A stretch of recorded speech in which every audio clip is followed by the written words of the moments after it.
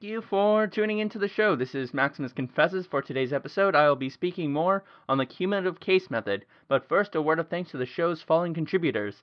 Thanks to Christopher Mouty for providing the music to the show's new intro, and Christopher Hitchslap, aka Sean G, for providing the editing and the mixing for it as well. Also, a word of thanks to Fruit of Atheism for providing assistance in understanding Bayes' theorem, which is going to be a big part of today's show.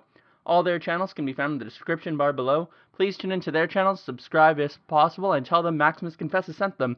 On to the main portion of our show. After a word from our sponsor, the Lord our God. See, the day is coming, burning like an oven, when all the arrogant and all evildoers will be stubble. The day that comes shall burn them up, says the Lord of hosts, so that it will leave them neither root nor branch. But for you who revere my name, the Son of Righteousness shall rise with the healing in his wings. You shall go out, leaping like calves from the stall, and you shall tread down the wicked, for they will be ashes under the soles of your feet. On the day when I act, says the Lord of hosts, remember the teaching of my servant Moses, the statutes and ordinances that I commanded him at Horeb for all Israel. Lo, I will send you the prophet Elijah before the great and terrible day of the Lord, and he will turn the hearts of parents to their children, and the hearts of children to their parents, so that I will not come and strike the land with a curse. Those were the words of the Lord our God spoken in Malachi chapter 4, but this is going to be a show on the cumulative case method of apologetics.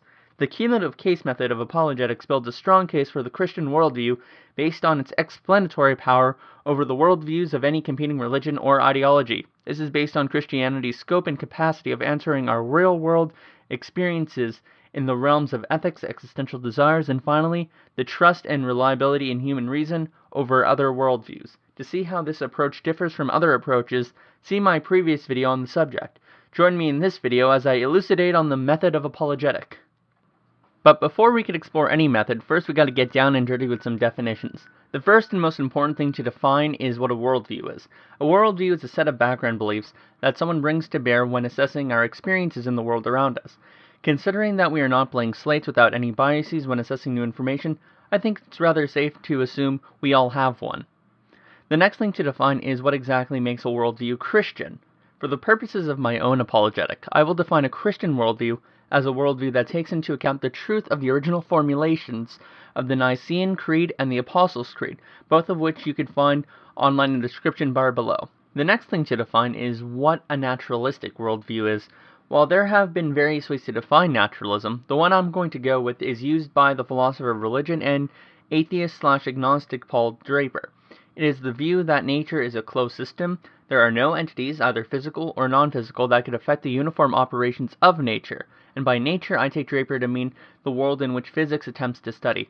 Thus, naturalism could have non-physical entities, like platonic numbers or abstract objects, as long as they don't affect the natural world, but reject material entities with magic powers which can alter the uniform laws of nature at will, thus excluding leprechauns and God. Now, while this dichotomy does not exhaust all of the worldviews that are ever possible, it is meant to narrow down my engagement in the great debate community, as many of those I talk to here are in fact naturalists in either an explicit sense of declaring it to be the case or a tentative sense, act as if it is the case. So it does me little good of going into the Islamic worldview or any other non-naturalistic and non-Christian worldview. The three relevant categories of our background knowledge are going to be the realms of ethics, existential desires, and our trust and the reliability in human reason. Future episodes will tackle Christianity's veracity in those fields and seek to give challenge to those who hold the naturalistic worldview. Now on to the method. This method of apologetic is analogous to a case of literary interpretation over a text. That is, It is like an English major reading over the text of a book and taking into account all the relevant data to come to an interpretation of the text most in line with the intent of the author. The apologist does the same with nature herself. We hold that, taking into account the relevant data, a Christian worldview best explains nature than a form of naturalism. This is based on Bayesian inference. While going into exhaustive detail, Bayes' theorem helps us with describing the probability of an event given measuring conditions related to such an event.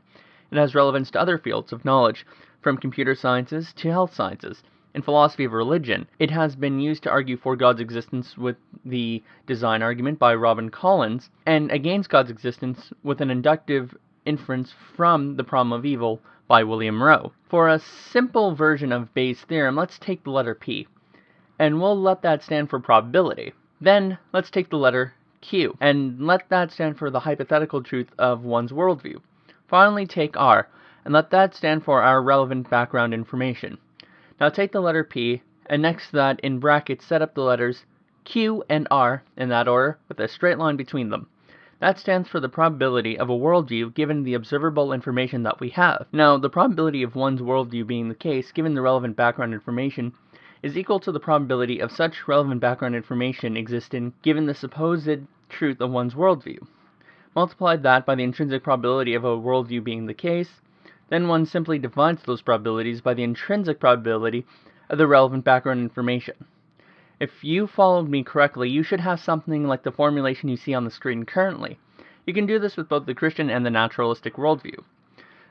For the specific variables you'd put in the numbers, you'd put anything from 0, that's when something is just a pure logical contradiction, to 1, it's necessarily the case. Anything in between is just like a probability between 1% and 100%, or 0% to 100%. So 50% would be 0.5. I will be defending the Christian worldview against objections and providing reasons for belief in the Christian faith, but I will not be plugging in actual variables.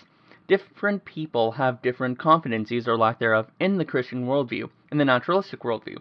I also do not wish to presume myself as having more information than anyone else. I trust everyone hearing out my apologetic will be willing to change their initial variables when presented reasonable arguments for the opposing worldview, or catching any information I forgot to take into account. This concludes the main portion of today's show. For more information on my blogging content, you could find 2 articles on the topic of Christianity and the materiality of the mind in the description bar below. Until next time, viewer, God bless.